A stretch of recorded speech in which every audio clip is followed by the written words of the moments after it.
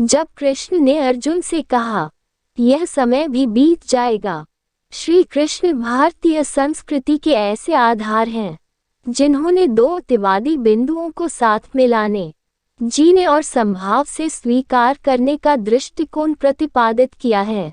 आम जीवन के लिए आवश्यक ऐसे सिद्धांतों को इतनी सहजता से साकार किया है जिनकी गूढ़ता का रहस्य समझना हर किसी के वश की बात नहीं है।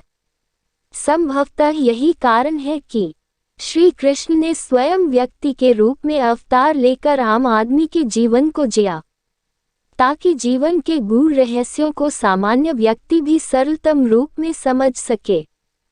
आज सुख और दुख के संबंध में उनकी ऐसी ही विवेचना का आनंद लेते हैं। श्री कृष्ण और अर्जुन की मित्रता से हर कोई परिचित है।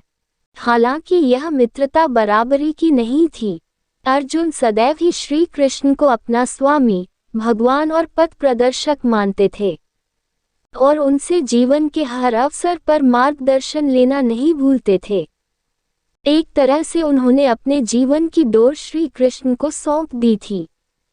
महाभारत युद्ध के बाद एक दिन दोनों बैठकर जीवन दर्शन पर बातचीत कर रहे थे।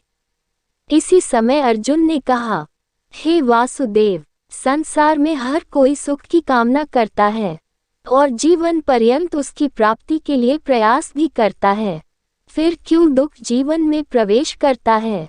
दुख रूपी भावना के निर्माण का अर्थ ही क्या है? क्यों इसकी सृष्टि की गई? यदि दुख होता ही नहीं तो जीवन कितना आसान हो जाता। सुख और दुख दोनों विरोधी भाव हैं और इनकी आवाजाही ने आम जीवन को दुखी कर रखा है।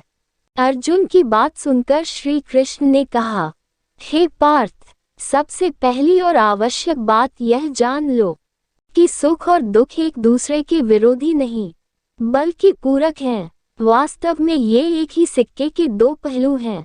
यदि दुख ना हो तो सुख की अनुभूति भी ना हो पाएगी। जब दुख आता है उसके बाद ही सुख की प्राप्ति की इच्छा होती है, नहीं तो व्यक्ति सुख की कीमत जान ही नहीं पाता। यह बात सुनकर अर्जुन ने कहा, हे कृष्ण, तब एक ऐसा वाक्य कहिए जिसे दुख में पड़ा जाए तो मन सुख पाए और सुख में पड़े तो मन नियंत्रित हो जाए, अर्थात वह बात सुख और दुख में समान रूप से प्रभावी हो। श्री कृष्ण ने मुस्कुराते हुए कहा, यह समय भी बीत जाएगा। हे अर्जुन, समय का पहिया कभी एक जगह नहीं थमता।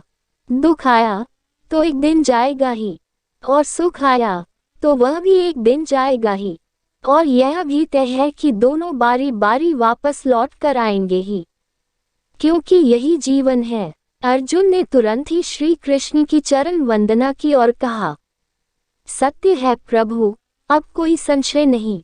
यही सत्य है दोस्तों, समय सबसे बलवान है। उसे अपनी गति से आना है और जाना है। उसके हर कदम के साथ कभी सुख तो कभी दुख को भी जीवन में आना है। इन दोनों के आने से व्यक्ति को घबराना नहीं चाहिए, क्योंकि समय कब एक सा रुका है। जब भी निराश हो, यही मन को समझाएं कि यह समय भी बीत ही जाएगा।